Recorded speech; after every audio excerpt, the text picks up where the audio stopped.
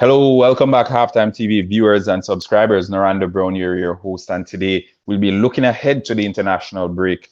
Well, just a few days from now, really, as the Reggae Boys they look to take on the United States of America in their first game of this international window on Thursday, the 7th of October, 2021. So today we'll be discussing what to expect from the Reggae Boys in this international break. The last time around, it wasn't so pleasing on the eyes, wasn't so pleasing on the board either, as we sit bottom of the table.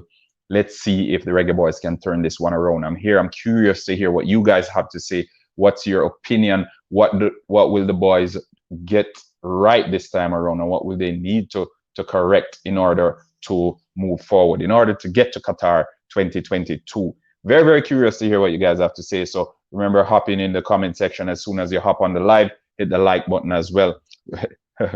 Blessings, refresh God. I haven't done this in a minute. Let's see if we can have a proper discussion for the next 30 or 45 minutes or so. All right. So again, the Reggae Boys, they'll be playing the United States of America. They'll be playing Canada as well as Honduras. Honduras is the closest of those three teams to the Reggae Boys as things stand right now. They're third from bottom. The Reggae Boys are at the base of the table. I think Honduras, they've had 2 draws and 1 loss. Jamaica, on the other hand, we've had 2 defeats and 1 draw. So we are optimistic somewhat, but only because we're fans of the Reggae Boys, that more than anything else, because as it relates to footballing ability and what we're seeing on the field of play, there's not much to go off. We will be without Leon Bailey and Ravel Morrison, as I already mentioned in a previous video that I did. But again, it's still cause for optimism, as we'll have the likes of Mikel Antonio, Kemar Roof, Andre Gray back in the setup as well. So again, folks, as I said, Jamaica against United States of America, that's the first game of this international window. We played the United States on Thursday. Let me know what are your predictions for that one. What do you expect from the Reggae Boys? Is it the case that we expect little, so whenever they perform, then we're blown away, or we expect a whole lot, so when they underperform, we're disappointed? Other folks have been expecting a lot from the Reggae Boys of late, and as such, a lot of folks have been left disappointed, right? I like to keep an open mind when it comes to Jamaican football, because you never know what to expect. You never know what is guaranteed. Well, nothing is guaranteed really in football or in sports in general. But when it comes to the Reggae Boys, the only thing I can say is there's always a twist in the road. There's always some hiccup or a stumbling block. So it's best to keep your reservations until the last minute. There's always some changes. There's always something happening behind the scenes or whatnot. So again, folks, we're keeping our fingers crossed. We're hoping and we're praying that they can get it right this time around. Theodore Whitmore, in his interview on Sportsmax Zone earlier this week, or well, it's Sunday now, so last week, he indicated that he's not panicking. He's as calm as can be, as we've had similar cases like these. And even in the 98 World Cup, when we went on to qualify, the start was very similar to the one we had this time around. So again, let me know, do you think Theodore Whitmore can turn it around? There are a lot of chatter about the place, a lot of noise coming out of the camp. Fellow YouTubers, they're venting their concerns as well. I like to wait and see. And as things stand right now, our next opponent is the United States of America. Will this be a turning point in our campaign? There's 9 points up for grabs, 3 games: Canada, United States, Honduras. On paper, one would think Honduras would be the easiest of the 3 games, but there's no such thing as an easy game. And I had the discussion with someone earlier on today, and we were just talking about the EPL and the type of football that is playing now. Most of the players there, even if they're not playing, even if they're not playing in the same league, they still have that competitive nature, and they have that never say die attitude, which it's hard to say about some of the Jamaican players, because it's almost as if they're rolling over sometimes when you see them on the field of play. So again, folks, I'm waiting. I'm hoping. I'm going through the roster here for the Canadian game, which is the only game that will be played in Jamaica. They have Jonathan Davids and Jonathan Davids or whatever his name is pronounced. It's spelled Davids. So we'll work with Davids for now. So Jonathan Davids, Alfonso Davis, they're available for this one. Sergino Dest after the game with Atletico Madrid yesterday for Barcelona. He left Spain to join up with the US national team. So they should have some of their top players available as well. Christian Pulisic, he's still out with an injury. We know he plays for Chelsea, and Thomas Tuchel, he's been speaking about Christian Pulisic a lot of late. One of his hindrances to him getting on to the next level is injury, and I hope our very own Leon Bailey doesn't fall victim to that same curse, really, because that's all I can call it, a curse. So many good and promising players that we're seeing, and they're falling along the wayside due to injuries. And we know injuries aren't something that you plan for, and you can't foresee an injury. And whenever it comes, you just have to treat it accordingly. Like, you just have to take it in your stride. But again, it's just unfortunate. Nonetheless, we have to play who's in front of us, and going up against the United States, I think they will have Gio Reyna. Whether or not Weston McKennie will be joining in, I'm not quite sure. I'll have to double check on that. But last time around, there was a little bit of controversy with Weston McKennie and the coach. So I'm hoping they resolve that one, because I like to see him. I think he's a true leader. He's a top quality player. And although they'll be playing against Jamaica, nonetheless, I want to see good football, and I think he's a fantastic footballer. So for the Jamaican national team, there is one question mark over a certain player. A lot of folks have been venting their concerns on Twitter, on Facebook, all over the place, really. And that one is Haka. Like, everyone has been talking about Haka. He's been taking all the headlines lately, and we know he was footballer turned entertainer, or DJ, whatever you want to call it. No, DJ turned back to footballer. Theodore Whitmore, it is alleged, sent him back to train, and he was training by himself for a few weeks before he joined up with the national team. So again, we have 3 tough games ahead of us. Canada, I've been saying this since the Gold Cup. They are one of the better teams in CONCACAF these days, and with the new FIFA ranking out, a little bit of shuffling occurred there. I don't dwell on rankings too much, because I think it can be misleading, and as such, I don't read too much into it. But again, for those who are big on rankings, they can take a look on those to see the shufflings that occurred. But again, I've been saying this since the Gold Cup. Canada is one of the better teams in CONCACAF. They have a football philosophy, an idea that has trickled down to the youth level and across to the female team as well. The coach of the Canadian team, he was formerly the coach of the female team. He won a medal at the London Olympics, and he took over the youth team, and now he's coaching the senior team. And a lot of players in the senior team, they have been promoted to the senior team from the youth team by this manager, who has spent time with them at the youth level. So again, we look forward to see what Canada has to offer. We know their manager is a top quality manager. He has his ideas, and the entire Canadian football structure, they're weaved into the idea that he has. And Theodore Whitmore, he spoke about this as well in his interview on Sportsmax Zone, where he indicated that footballing philosophy or footballing systems, they aren't taught when players come to the national team. These things are supposed to be taught from the youth level up, and we know what Jamaican youth football is right now. It's next to non-existent. So it's quite difficult for us to judge Theodore Whitmore on the days he spent, and I can only say days, because each time these players join up with the national team, it's a matter of 6, 7, or sometimes even 4 days, 3 days before they play a game. This, as is the case now, because the West Ham, for example, played today. Mikel Antonio will be expected to join up with the Reggae Boyz maybe tomorrow or the day after, and then we play the United States on Thursday. So again, it's a little bit tricky. Tapo and Watson have to prove to us. Let's see what him have leave. He was good then. True. He was a good player, but again, one may say, is he past his best? Do we not have anyone else? The RSPL just concluded, and I saw some top quality football played in the RSPL. I'm not sure if it's because it's taken on a different structure this year, why it was so exciting. But this RSPL, the JPL, or whatever you guys want to call it, the local Premier League in Jamaica, it produced some top quality games. Well, the ones that I saw at least, and yesterday it concluded, and the final was a spectacle as well. Intense stuff all the way down to the final minute. And it begs the question, is it that we don't have anyone in the league, in the Jamaican Premier League, that are actively playing, who can slot into that position?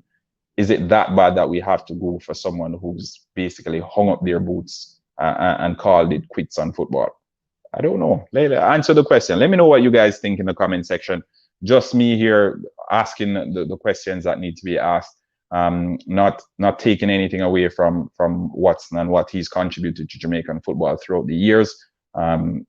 Top professional. He gets the guys going. He's a vibes man in the camp, and he's a true leader. But again, late 30s, coming from retirement, when we have so many youngsters in the RSPL now playing so much good football. I don't know. I have a little bit of reservation about that, and I can understand why folks have been concerned on Twitter and on Facebook and all of the different social media platforms. I can understand why they're venting their concerns. So I won't say yay, but I won't say nay. I understand both sides of the coin. My opinion, he's a good player. Maybe he still has something to offer to the team, but can he give us 100%? Even if the mind is willing to give us 100%, will his body allow it? But I don't know. We'll see. We'll see. And we're waiting for that game against the United States.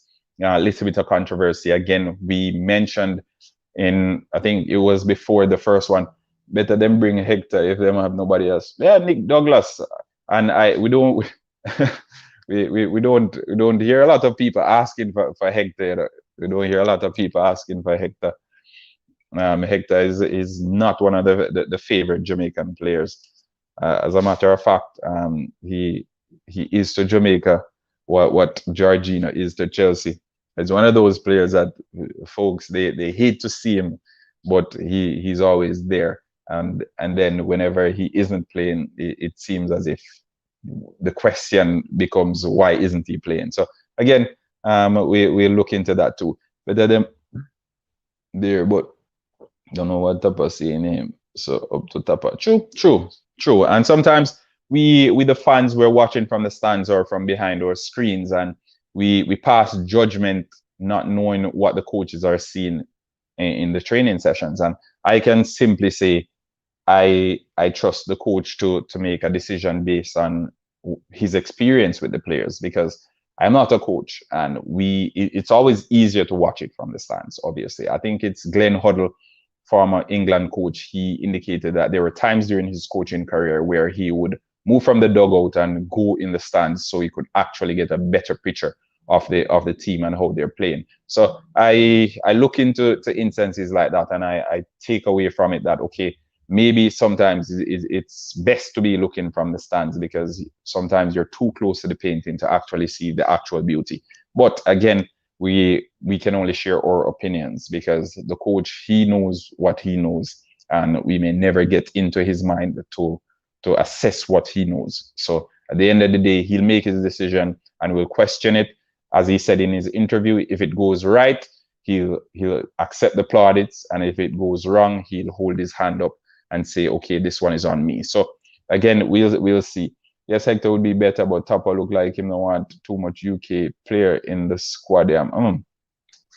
Again, it's about striking that balance. So whether or not that is the case, one needs to strike a balance. And there have been instances, where folks have called into question the unity of the squad. And folks have even done videos indicating that the team needs to unite if we are to get to Qatar.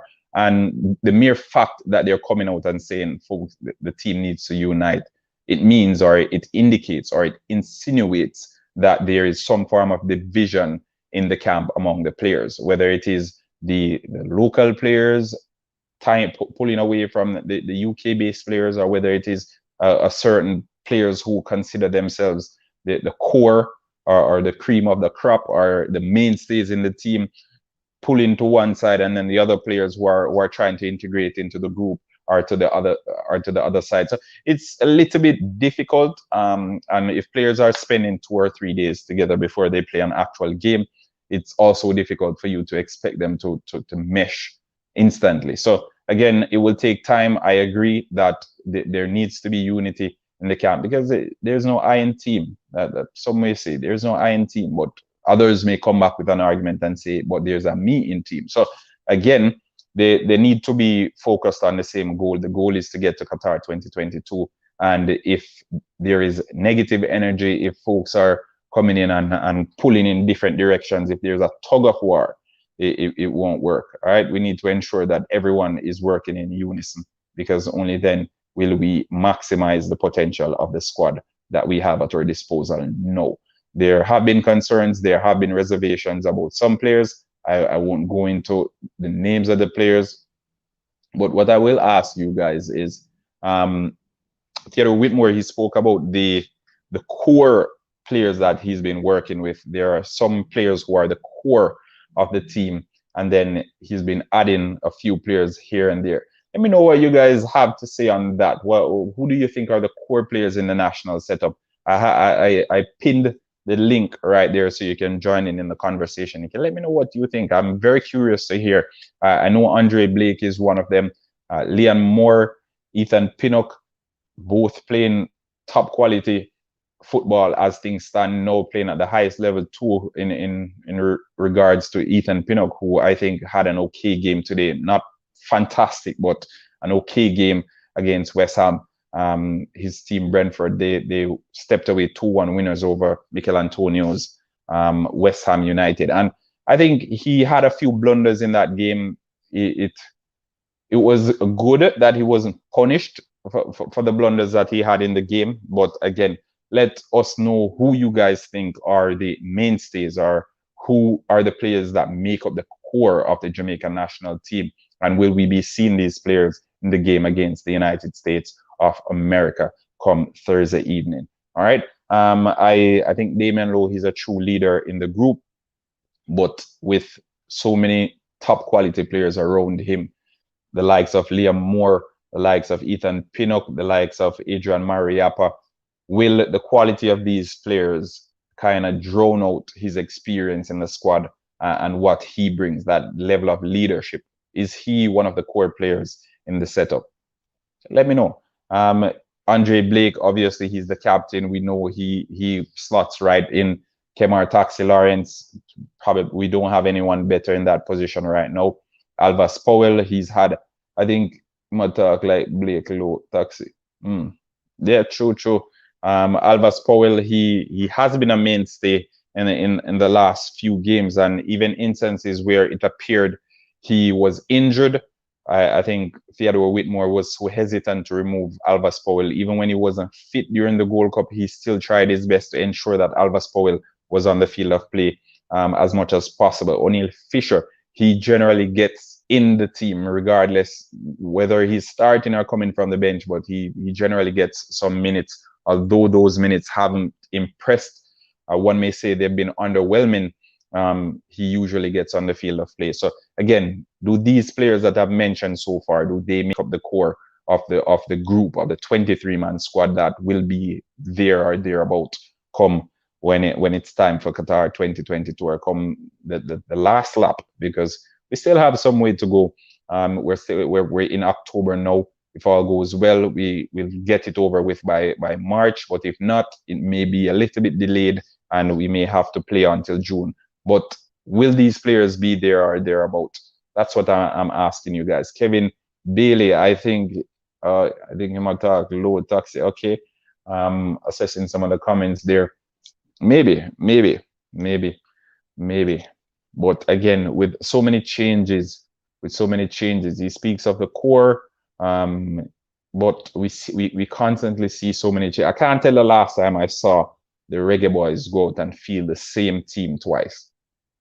Right? So will this be a hindrance? Will this be a stumbling block for us in these upcoming games? Because we need sooner that rather than later to start developing some level of consistency. We need for them to start gelling. We need to get some form of momentum going. And in order for us to get some form of momentum or get the team to start gelling and to understand how each other play, we need to get a consistent starting 11, or we need to get some players on the field that know that, okay, I'm going to be playing with this guy and this guy is going to be making that run. So whenever I get the ball, this is where I'm going to put it because this particular person will be available for the pass. But again, we'll see. Folks, if you're just joining us, remember, hit the like button as soon as you hop on. As soon as you hop onto the stream, hit the like button. If you're new to Halftime TV, subscribe to the channel as well. We're just a few subscribers away from 4,000. Let's see if we can get over that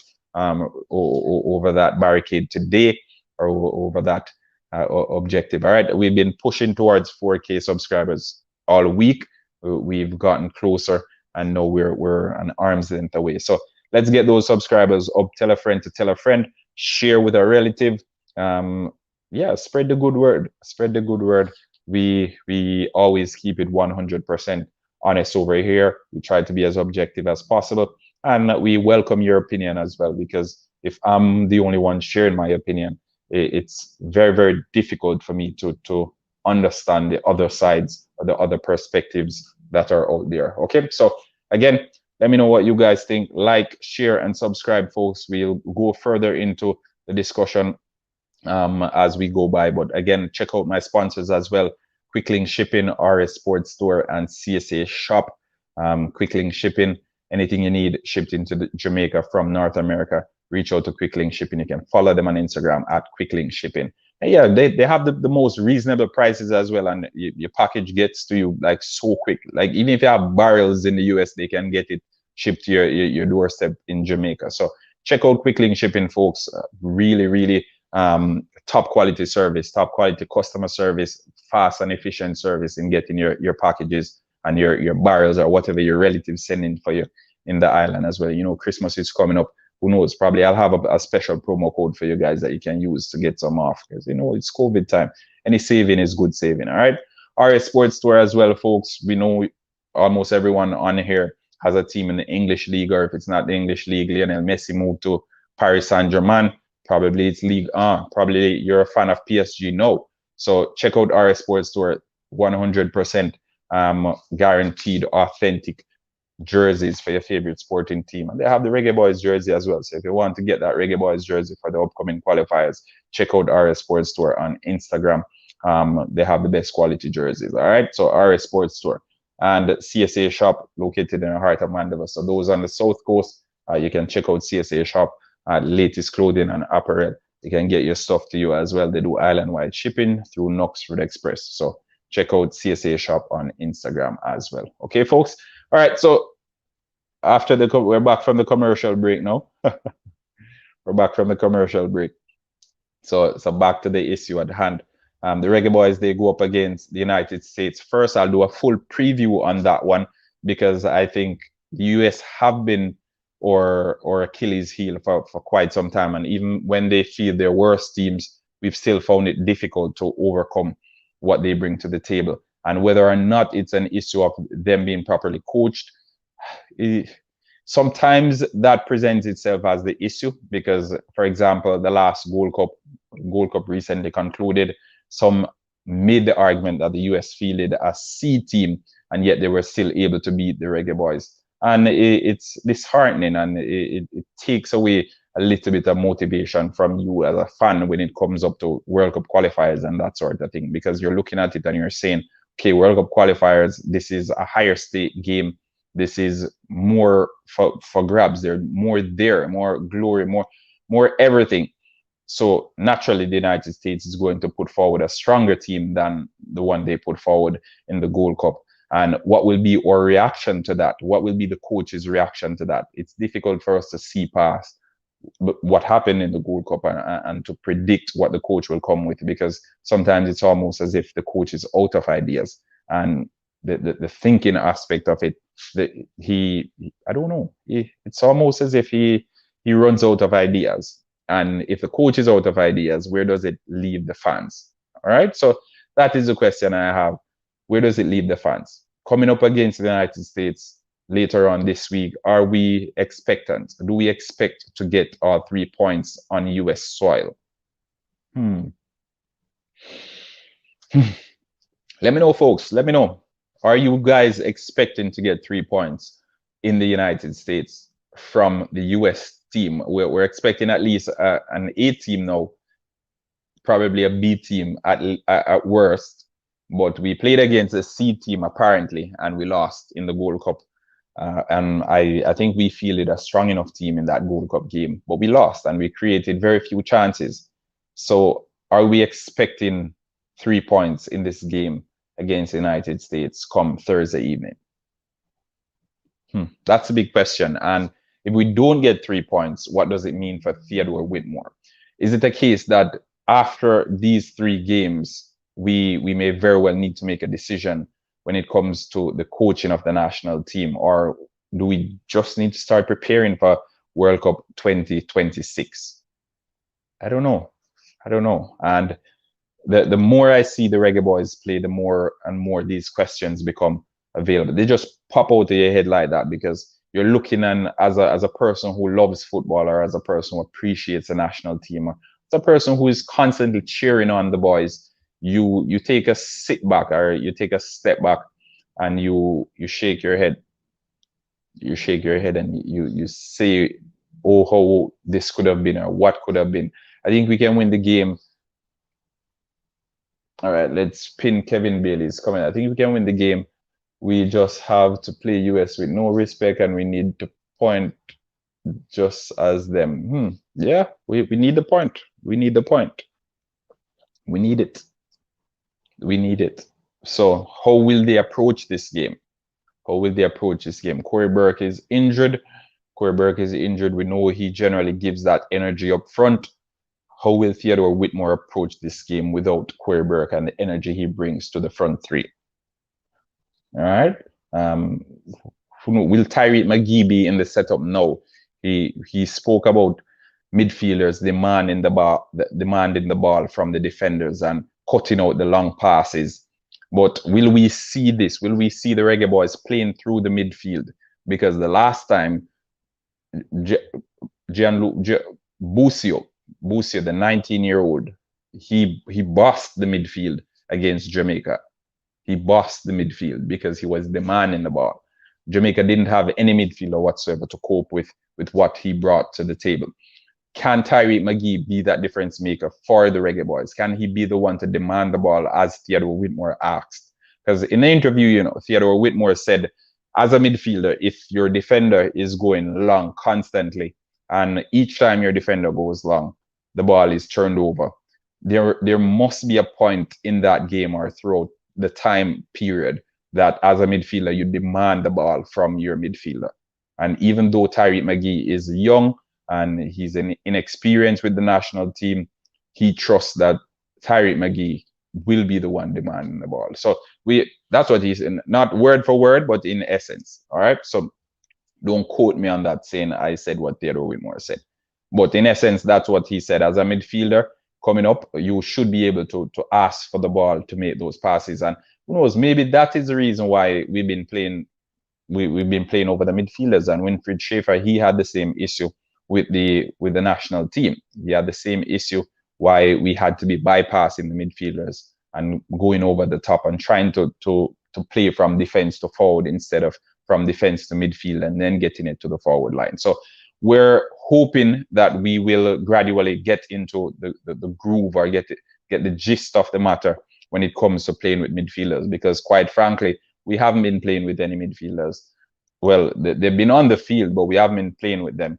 And if it continues this way, might as well we just play with forwards and defenders. Might as well we just play 5 defenders, 5 forwards, and the goalkeeper, and just leave the midfield open, because what purpose do they serve if we're not going to use them? All right. So again, I welcome your views and your opinions on the matter.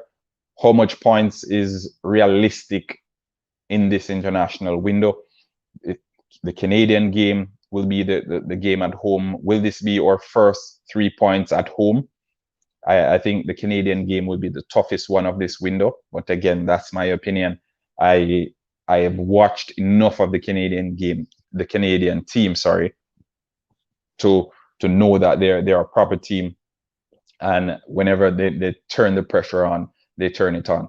I think the Reggae Boyz have individual good players, good defenders, good. They have good all around everything really, but as a team they struggle. And I think a popular journalist this week, he said the same about PSG.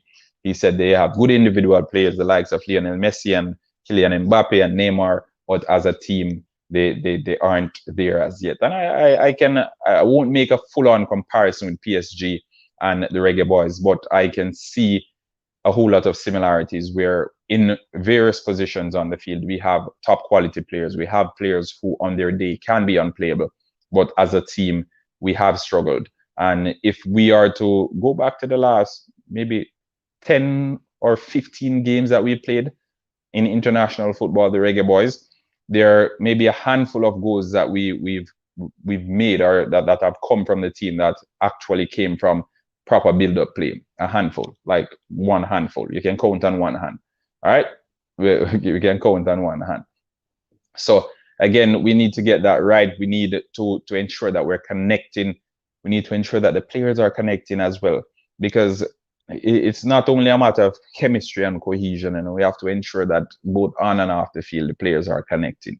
All right, because we need to get it right. We need to get it right, and regardless of the players you have, I think after that game, which game was it? I think after the Panama game, someone said if you give Theodore Whitmore, Lionel Messi, and Cristiano Ronaldo, the results would be the same.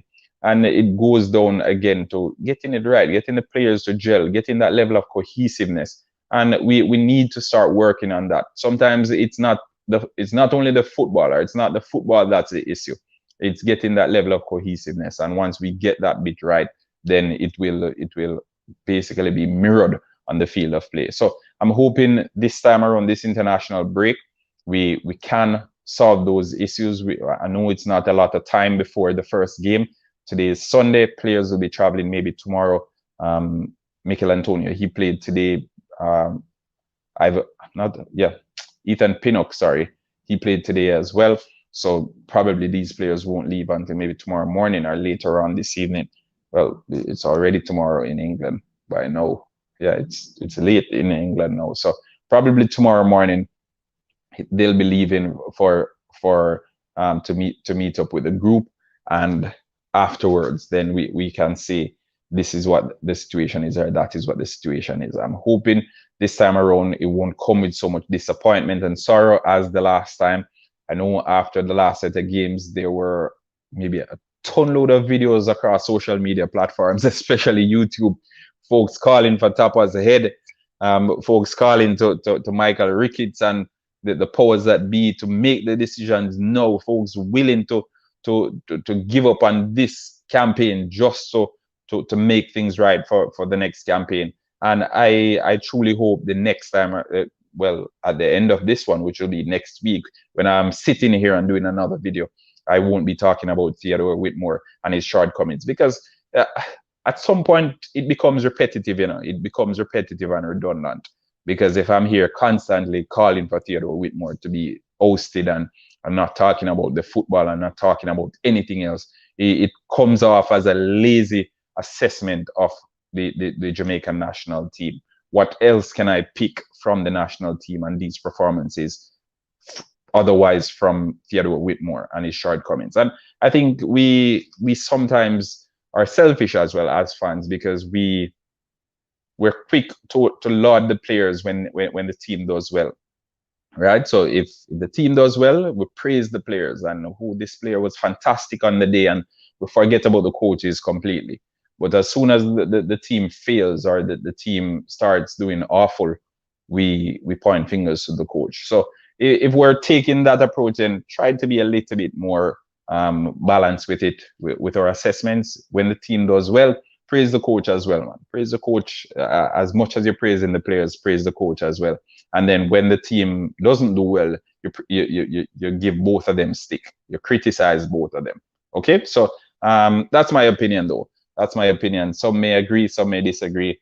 As always, we welcome your views on that. I won't take too much of your time. I will leave you guys to go and have your Sunday dinners and what have you. But before we go, let me know what are your predictions for the games that we have upcoming. So we have the United States first, then we have Canada, then we have Honduras, right? Honduras is the closest to us in the table of these three teams.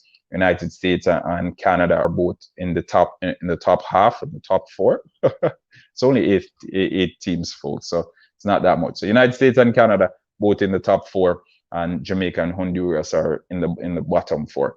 So let me know what you guys think. Are the predictions for those games? US Jamaica versus the United States. That's the first one on Thursday. I'll give a full preview on that one. Maybe Tuesday. Yeah, I'll do it Wednesday. So we'll release it Wednesday morning so you guys can see it. But remember, subscribe to the channel, like, share, tell a friend to tell a friend, folks.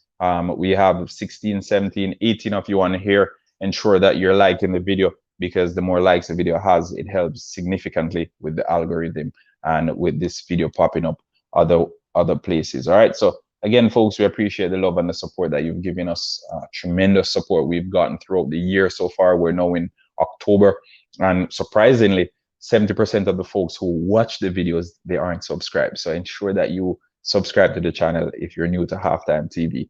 All right. Noranda Brown here saying we look forward to the game against the United States. We look forward against Canada. We look forward to the game against Honduras. The Reggae Boyz, they have this one covered. They can take us through. They can take us to Qatar 2022. But we need to be focused. We need to be steadfast, and we need to leave it out there on the field of play. They need all your support. They need all the positive energy. Let's sweep that negative energy under the mat for now until after we've crossed this line. And then who knows, if you have your reservations, or if you have your concerns, or if you have whatever it is that you have that you want to see, then you can come again after these games are completed. But remember, the guys are watching your videos. I know you're saying, okay, you're not looking any friends. You don't want, you're keeping it 100%. But again, time and place, folks, time and place. And know the guys need your full support. They need our full support, and we need to give it to them. We need to ensure that we're behind them 100%. The 12th man, as they like to call us, we won't be in the stands. A lot of us will be behind our television screens, but nonetheless, they can feel the energy. So let's give them all that support. Let's be behind the Reggae Boyz 110%. Okay? Noranda Brown, Halftime TV, folks, saying like, share, subscribe. Until next time, peace out. Enjoy what's left of your Sunday afternoon. And I hope each and every one of you guys have a productive week this week. Let's go, Reggae Boyz.